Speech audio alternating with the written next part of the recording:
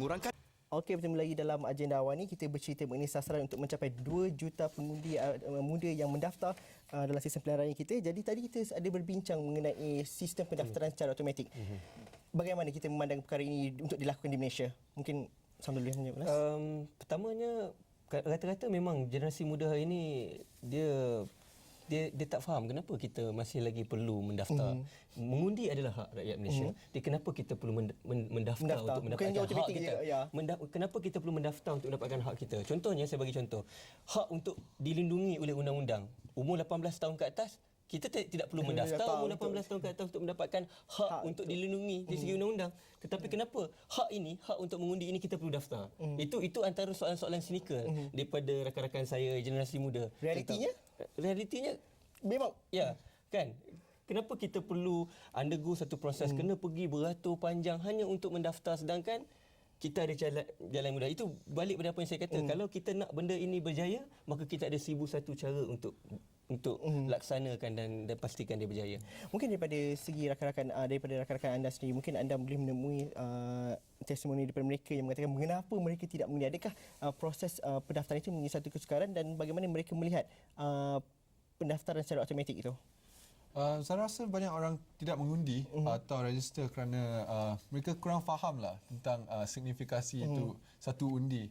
Lebih lagi mereka tak tahu tentang macam mana mau register. Banyak orang ingat boleh register dekat online, dekat internet. Ya, atau automatik. Itu benda paling dekat sekali dengan kita kan. So sebab tu mereka tak buat apa-apa effort lah untuk mengundi atau register. Fazil melakukan filem pendek untuk menarik rakan-rakan dan perkara ini benda paling dekat sekali dengan golongan muda untuk meningkatkan kesedaran dan nilai mereka dalam sistem demokrasi ini. Mungkin Fadil boleh berceritakan lagi tentang filem pendek tu, mekanisme alternatif lain yang luar daripada kotak untuk menarik rakan-rakan untuk sama mendaftar. Okey. Sekarang banyak dari golongan belia sekarang sangat pengaruh dengan unsur-unsur kesenian seperti muzik, wayang. So sekarang saya dari bidang kreatif. So saya rasa the most effective way I can contribute to untuk kempen ni adalah dengan menggunakan media baru. Media baru yang telah saya the expertise that I have already acquired.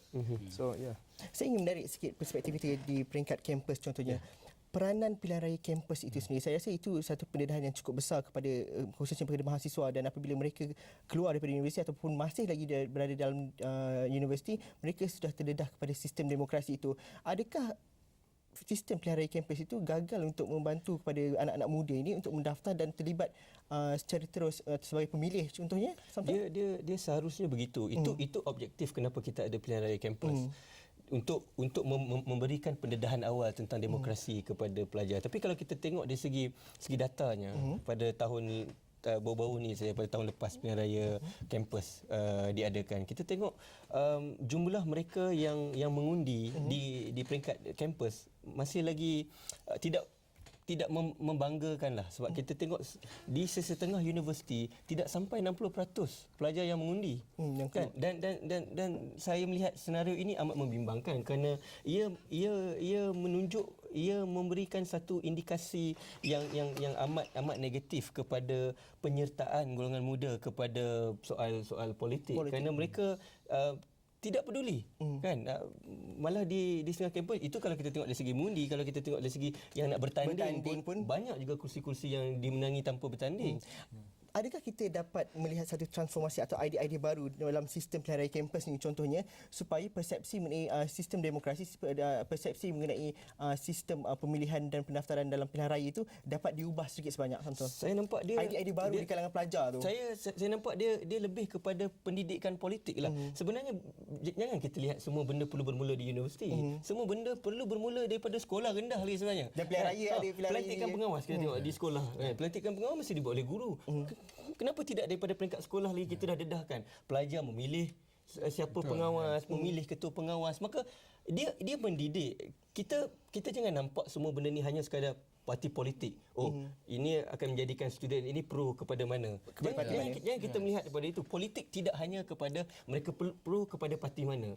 Politik adalah tentang hak kita sebagai seorang rakyat untuk memilih pemimpin yang akhirnya akan membuat dasar-dasar, membuat polisi-polisi untuk kebaikan kita juga.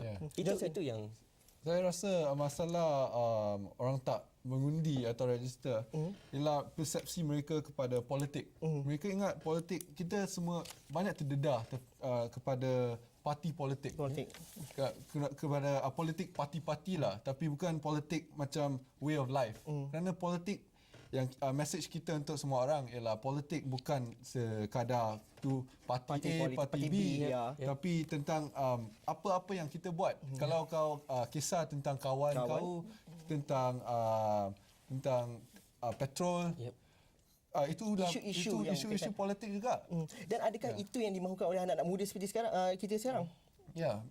Isu-isu semasa itu yang generasi muda concern sebenarnya. Isu-isu yang berkaitan dengan kita macam yang dibangkitkan. Sebenarnya walaupun isu tu isu antarabangsa ke, isu nasional ke, melibatkan harga minyak naik ke, harga barang naik ke, isu tentang baru-baru ni tentang isu polis menembak seorang remaja. Semua ini dilihat oleh generasi muda dan kita nak tengok bagaimana judgement ahli-ahli politik. Kita memang tak boleh mengelakkan lah isu-isu ini. Dan kita sedar kita ambil tahu isu-isu itu. Dan saya ingin mengambil pandangan seorang rakan kita daripada Facebook yang menerusi Facebook kita di Astro Awani, daripada Akil Hakimi Robert. Katanya satu undi sudah memberikan impak yang besar kepada keputusan sebuah pilihan raya.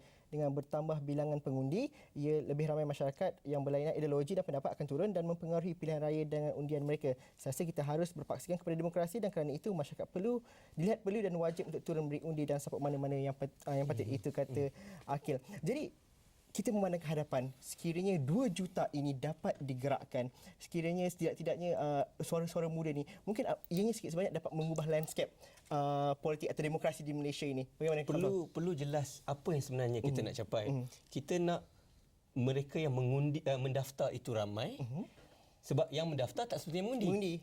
Kan? Dan yang mengundi pula akhirnya tidak semestinya menjadi pengundi yang bijak. Pengundi yang bijak maksud saya, kita tengok dalam senario baru ni pilihan raya kecil di Hulu Selangor, lebih kurang 800 lebih yang undi rosak. Kan? Jadi ke mana education kita? Ke mana pendidikan politik kita? Kita nak membawa kepada ramai yang mendaftar, ramai yang mengundi, atau akhirnya mereka yang mengundi sebagai seorang rakyat yang bertanggungjawab. Jadi kalau objektif kita jelas, kalau apa yang kita nak capai itu jelas, maka kita boleh susun strategi sebenarnya kepada bagaimana kita nak mendidik dan juga memberikan kesedaran kepada masyarakat. Okey, Johnson, mungkin dalam masa kurang daripada 30 saat ini, mungkin boleh ceritakan bagaimana rakan-rakan kita di luar sana dapat sama-sama sertai gerakan yang anda cuba lakukan dan sekaligus dapat menggerakkan mereka untuk mendaftar sebagai pemilih. Okey, sangat senang saja. Kau boleh pergi kepada website kita www.dosomethingepic.net. www.dosomething.epic.net. Kita sudah buat semua homework untuk kau. Kita sudah kaji semua. Cara-cara semua ada kat sana. Dan katanya filem pendek daripada Fazil pun akan ditayangkan di Sunway di Subang Parade besok dan juga ada beberapa aktiviti-aktiviti yang anda boleh sertai bersama. Pergi ke laman web itu, semua terletak ada di situ. Jadi itu saja masa kita ada untuk topik ini. Selepas ini kita akan bercerita mengenai penghak upayaan belia. Kita bertemu lagi dalam Jendela Awani selepas ini.